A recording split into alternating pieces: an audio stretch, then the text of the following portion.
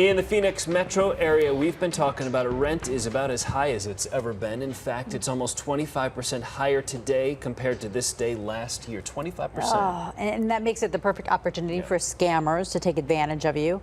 On your sides, Gary Harper has been investigating the latest rental scams and tells us what he found. Comb through the internet and you'll find all kinds of homes for rent.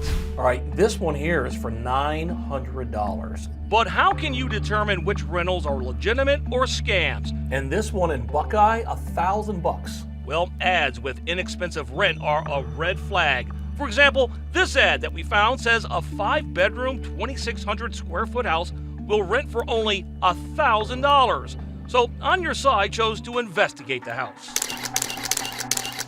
And we chose 4 other homes offering cheap rent so we could look into them as well. Will they be scams?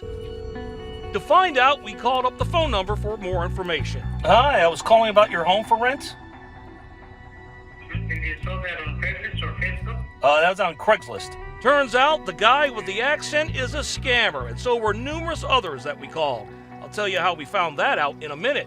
But first, legitimate rental companies and homeowners have been trying to deter scammers for years, and now they're doing their best to expose them. It's working, but it's not 100%. Stephanie Sedlak is with Open Door. She tells On Your Side that scammers are known for duplicating pictures of homes for sale found online and reposting them as for lease. They then advertise it with extremely cheap rent in order to lure in unsuspecting victims and persuade them into sending a security deposit or personal information. Are people falling for that scam, and have you seen it happen before? Unfortunately, they are. So Open Door and other legitimate companies are now posting signs like these saying this home is for sale, not for rent. And if you have found this home listed on Craigslist, Backpage, or any other similar website, it's a scam.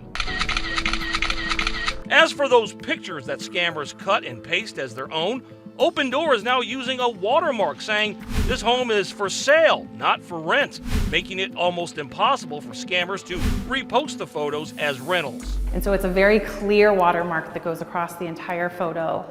So it's really hard for a scammer to try and take that out or crop it out. And some reputable companies are even posting their name on their ads to make it a lot harder for crooks to steal. But as On Your Side discovered, scammers are simply cropping the name and reposting the pictures anyway, like this one. What is your current store? Getting back to those scammers, we called them and they all had out-of-state area codes and accents. The homes they claimed to be renting had cheap rent.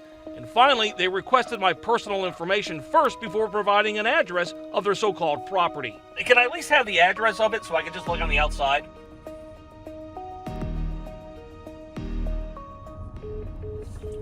He hung up on me. In another conversation, a scammer emailed me a link that I was supposed to click on so I could fill out information and he could run my credit. Will I have to provide information on that, like my social security number and stuff?